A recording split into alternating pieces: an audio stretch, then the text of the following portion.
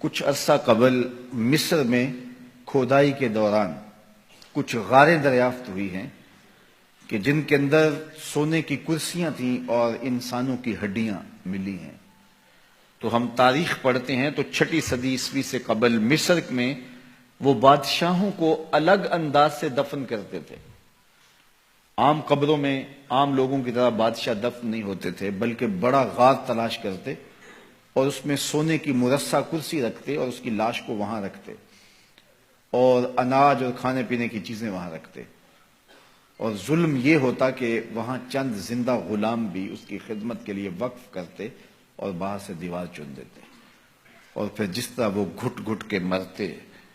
وہ ایک دردناک کہانی، اس کا تصور کر کے بندہ کانپ جاتا ہے۔ یہ دنیا کے اوپر ظلم، جبر، تعدی، ناانصافی کیا کچھ ہو رہا تھا، لیکن میرے حضور آئے تو امن ہی امن، روشنی ہی روشنی، شعور ہی شعور، اجالا ہی اجالا پھیل گیا۔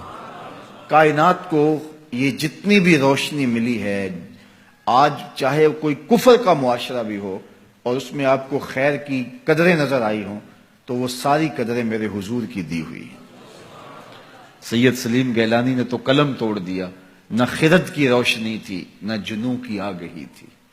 نہ خرد کی روشنی تھی نہ جنوں کی آگہی تھی،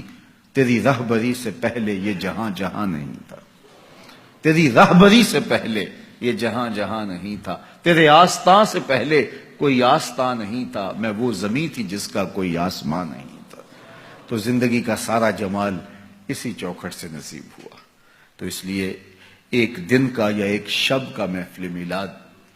محدود نہیں رکھنا، بلکہ اپنی پوری زندگی پر محفل میلاد کو پھیلا لینا ہے۔ ہمارا رواں رواں شکرانہ ادا کرے، ہمارا طرز زندگی بتائے ہمیں حضور کے آنے کی خوشی ہے۔ اگر ان کے آنے کی مسرت ہے اور ان کے آنے کی خوشی ہے تو پھر ہمارا طرز زندگی کیوں نہیں بتاتا کہ ہم خوش ہیں؟ ان کا بتایا ہوا طریقہ، ان کا دیا ہوا نظام حیات ہماری زندگی کا روشن حوالہ ہے اور ہماری زندگی کا نور اور چراغ راہ ہے، تو پھر اس کی روشنی میں ہم جینا کیوں نہیں چاہتے، اس روشنی میں کیوں نہیں ہم چلنا چاہتے؟ تو صاحب میلاد سے محبت اور صاحب میلاد سے پیار اور شکرانے کا ایک انداز یہ ہے کہ آپ اپنی ساری زندگی ان کے نام لگا دیں۔ میرے استاد فرمایا کرتے تھے، اور یہ بات کوئی 1000 مرتبہ کہہ چکا ہوں، وہ فرمایا کرتے تھے یہ نہ ہو کہ لوگ تمہیں پوچھے تم کون ہوتے اور تمہیں بتانا پڑے ہم مسلمان ہوتے ہیں۔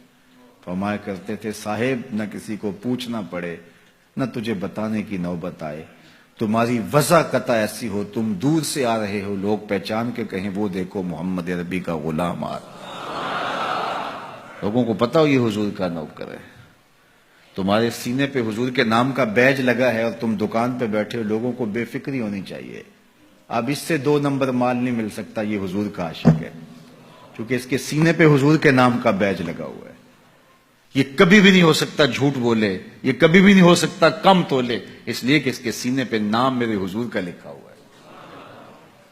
تو آپ کا عشق آپ کی صداقت کی دلیل بن جائے، آپ کا عشق آپ کے وعدہ پورا کرنے کی دلیل بن جائے۔ میرے حضور تو کسی سے وعدہ کرتے ہیں